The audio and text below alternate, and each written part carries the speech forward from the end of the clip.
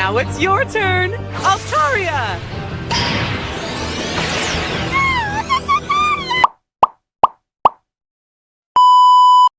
Hello guys အားလုံးပဲမင်္ဂလာပါကျွန်တော်ရဲ့ Pokey Channel ကနေပြီးတော့ပြန်လည်ကြိုဆိုလိုက်ပါတယ်ဒီနေ့ပြောပြသွားမယ် Pokemon အကြောင်းအရာက Ontario Pokemon အကြောင်းပါ Ontario နဲ့ပတ်သက်ပြီးကျွန်တော်လေ့လာပြီးတည်ထားသမျှတွေကိုပြောပြသွားမှာမို့ဗီဒီယိုလေးကိုမြန်မြန်ပဲစလိုက်ရအောင် Ontario Pokemon ဆိုတာဘာလဲ Ontario Pokemon ဆိုတာချစ်စရာကောင်းပြီးမိန်းကလေးတွေပဲကြိုက်တာမဟုတ်ပဲယောက်ျားလေးတော်များများကပါကြိုက်ကြတဲ့ Pokemon တစ်ကောင်ပါနံပါတ်1Ontario Pokemon ကိုတွေ့ရတတ်တဲ့ဒေတာ Pokemon Theory က Ontario ကိုသတ်မှတ်ထားတဲ့ဒေတာတစ်ခုထဲမှာအများဆုံးတွေ့ရတယ်လို့မပြောထားပေမဲ့ Home Region မှာအများဆုံးတွေ့ရတာမျိုးဆိုပြီးတော့ဖော်ပြထားပါတယ်။နံပါတ်2 Ontario Pokemon ကဘယ်လိုနေရာတွေမှာနေလဲ Ontario နေတဲ့နေရာကတောင်တန်းအမြင့်ကြီးတွေတိမ်တိုက်တွေရဲ့အနီးချောက်ကမ်းပါးလိုခက်မြင့်မြင့်နေရာတွေလေတက်ရပြီးလေတိုက်ကောင်းတဲ့အမြင့်ပိုင်းဒေတာတွေစတဲ့ဒီလိုနေရာတွေမှာနေကြပါတယ်နံပါတ်3 Ontario Evolution Mega Evolution Ontario မှာ State 1နဲ့ State 2ပဲရှိပါတယ်စကားမဆက်ရှေ့ဗီဒီယိုတွေမှာပြောနေကြလို့ State 1ဆိုတာ basic ကိုရည်ညွှန်းပြီးပြောတာပါဆိုတော့ State 1ကတော့ဒီကောင်လေးပါသူ့ကိုတော့ Swablu လို့ခေါ်ပါတယ်ပြီးသွားရင် State 2ဖြစ်တဲ့အခုပြောပြနေတဲ့ Ontario ပါဒီနေရာမှာ State 1ဖြစ်တဲ့ Swablu เจ้าကိုနည်းနည်းပြောပြခဲ့ပါမယ် Swablu က Ontario ထက်အကောင်လဲသေးတယ်လို့အတောင်လဲတိုးပါတယ်ဒါပေမဲ့ကလေးဆန်ပြီးချစ်စရာကောင်းပါတယ်ပါဝါပိုင်းမှာဆိုရင်လည်း Ontario နီးပါမရှင်းနိုင်ပေမဲ့သူ့ဟာနဲ့သူတော့ကျန်းပါတယ်ဖြည်းဖြည်းချင်းပေါ့ပြီးသွားရင် Swablu ကနေ State 2ဖြစ်တဲ့ Ontario ကိုပြောင်းသွားရင်ပိုတည်ငြိမ်လာတယ်ပိုရင်းကျက်လာတယ်နောက်ဆုံးအုပ်စုကိုကာကွယ်ပေးနိုင်တဲ့ Pokemon ဖြစ်လာပါတယ် Mega Ontario Mega Evolution လုပ်လိုက်တဲ့အခါ Ontario က Dragon နဲ့ Flying တိုက်ကနေ Dragon နဲ့ Fairy တိုက်မျိုးစားအဖြစ်ပြောင်းလဲသွားပါတယ်ဒါအပြင်အမွှေးတွေကလည်းပိုပြီးကြီးမားလာပါတယ်နောက်ပြီးအတက်နဲ့ defense စတဲ့စွမ်းရည်တွေကလည်းပိုပြီးကောင်းမွန်လာပြီး Dragon တိုက် Pokemon တွေကိုလည်းပိုပြီးကောင်းကောင်းရှင်းနိုင်လာပါတယ်နောက်ဆုံးချက်ကတော့သူ့ရဲ့ဒီဇိုင်းကပိုလာပြီးချစ်စရာကောင်းသွားတာပါနံပါတ်4 Ontario Pokédex အချက်လက် Ontario ဟာ Pokemon တိုက်18မျိုးထဲမှာ Energy နှစ်ခုဖြစ်တဲ့ Dragon တိုက်နဲ့ Flying တိုက်နှစ်မျိုးကိုပိုင်ဆိုင်ထားတဲ့ Pokemon တစ်ကောင်ပါပြီးတော့ Ontario ရဲ့ Pokédex စာရင်းနံပါတ်က334ကောင်မြောက်ဖြစ်ပြီးအမျိုးအစားကတော့ငှက်မျိုးစားပါဒီမျိုးစားနေရာက Pokemon ကဘာထဲကမျိုးစားနဲ့နှိုင်းတာမဟုတ်ပဲအပြင်လက်ရှိကဘာပေါ်ကတိရစ္ဆာန်နဲ့နှိုင်းယှဉ်ဖော်ပြသွားတာပါအရက်မှာတော့1.1 မီတာရှိပြီး၄ချိန်မှာတော့20.6 ကီလိုဂရမ်လေးတယ်လို့ဖော်ပြထားပါတယ်နံပါတ်5 Ontario Pokemon Design Ontario Pokemon ကိုငှက်နဲ့တိမ်တိုက်ကိုပေါင်းဆက်ပြီးဒီဇိုင်းဆွဲရတာပါပြန်ရောင်ကိုခန္ဓာလေဘင်းရှိရှိနဲ့တိမ်တွေလိုအတောင်နဲ့မီစတဲ့အချက်၃ချက်က Ontario ရဲ့အထင်ရှားဆုံးစိတ်ပိုင်းတွေပါ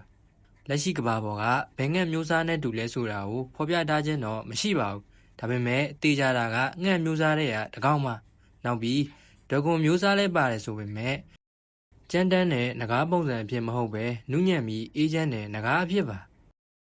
ဒါကြောင့် Ontario ကိုဖန်တွေက Cloud Dragon တိမ်ငကားဆိုပြီးချစ်စနိုးနဲ့ခေါ်ကြတာပါစကားမဆက်ဘယ်ငှက်မျိုးစားနဲ့တူလဲဆိုတာကိုခန့်မှန်းပြီးခင်ဗျားတို့ရဲ့အမြင်ကိုလည်း comment မှာရေးပြီးသွားခဲ့ကြပါဦးနံပါတ်6 Ontario Pokemon ထူးခြားတဲ့ theory ကြောင့် Ontario Pokemon ဟာရသောအားဖြင့်ကောင်းကင်ရဲ့အမြင့်ဆုံးနေရာမှာပြန်တန်းကြပါတယ်ခါလေးရမ်းမြင့်လွန်းလို့တိမ်တွေနဲ့တိမ်တွေအပေါ်ဆုံးထိတောင်ရောက်သွားတတ်ကြပါတယ်ဒီလိုတိမ်မြင့်ကြီးတွေမှာပြန်တန်းနေရင်တခါလေးကောင်းကင်ကိုကိုစားပြုတဲ့ Rayquaza နဲ့မထင်မှတ်ပဲတွေ့တတ်တယ်လို့ပြောပြထားတဲ့ theory ရှို့လည်းရှိပါတယ်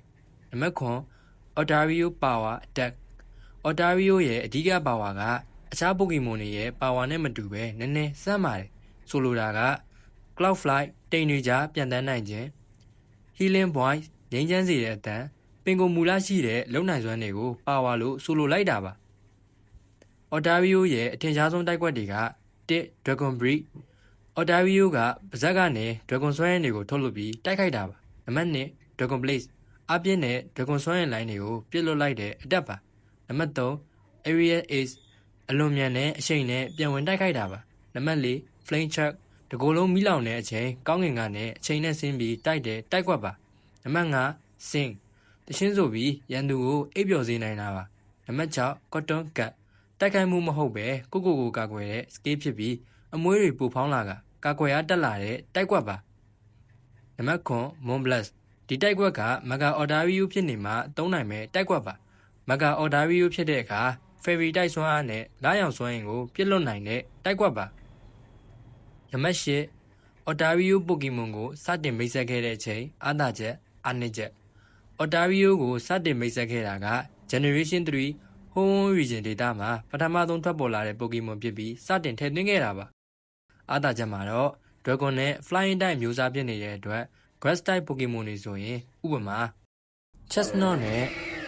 Sceptile လိုပိုကီမွန်တွေဆိုရင် Ontario အနေနဲ့အပြတ်သက်မနိုင်နိုင်ဘူးဆိုရင်တော့အားသာတဲ့အတွက်ကောင်းကောင်းရှင်းပြနိုင်ပါတယ်အားနည်းချက်မှာတော့ Dragon နဲ့ Flying Type မျိုးစားဖြစ်နေတဲ့အတွက် Ice Type ပိုကီမွန်တွေဆိုရင်ဥပမာ Mamoswine နဲ့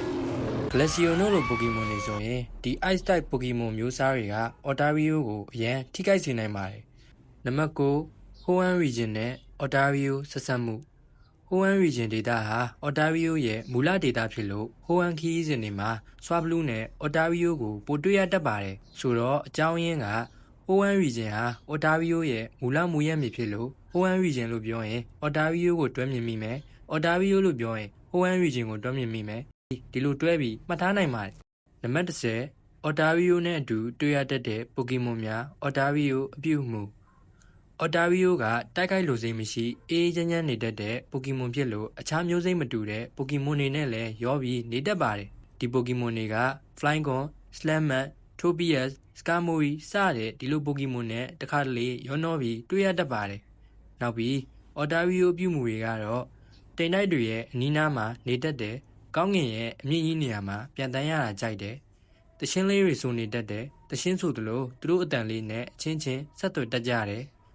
ရန်လုံမှုနည်းပြီးအေဂျင့်နဲ့ပိုကီမွန်ဖြစ်လို့လူတွေနဲ့ပိုကီမွန်တွေကိုအလွယ်တကူယုံတတ်ကြတယ်။စတဲ့အချက်တွေက Ontario ရဲ့အပြုအမူနဲ့စိတ်နေစိတ်ထားတွေပါ။စကားမဆက် Ontario ရဲ့အေဂျင့်နဲ့ဘဝလေးက Snowlet ရဲ့ဖြစ်တည်မှုနဲ့တောင်တွားဆင်နေပါတယ်။ကဲဒီလောက်ဆို Ontario အကြောင်းလည်းသိလောက်ပြီးထင်ပါတယ်။နောက်ဗီဒီယိုမှာတော့အထာလဲကြတယ်နေကြလိုဘာလိုပုံစံနဲ့ဖားနဲ့လဲတူတဲ့ Grand Nature အကြောင်းကိုပြောပြသွားမှာမို့ကျွန်တော်ရဲ့ Pokidi Channel လေးကို YouTube မှာဆို Subscribe လုပ်ထားဖို့နဲ့ TikTok မှာဆို Follow နှိပ်ထားခဲ့ဖို့အတိပေးချင်ပါတယ်ဆိုတော့နောက်ဗီဒီယိုမှာပြန်ဆောင်ကြပါမယ်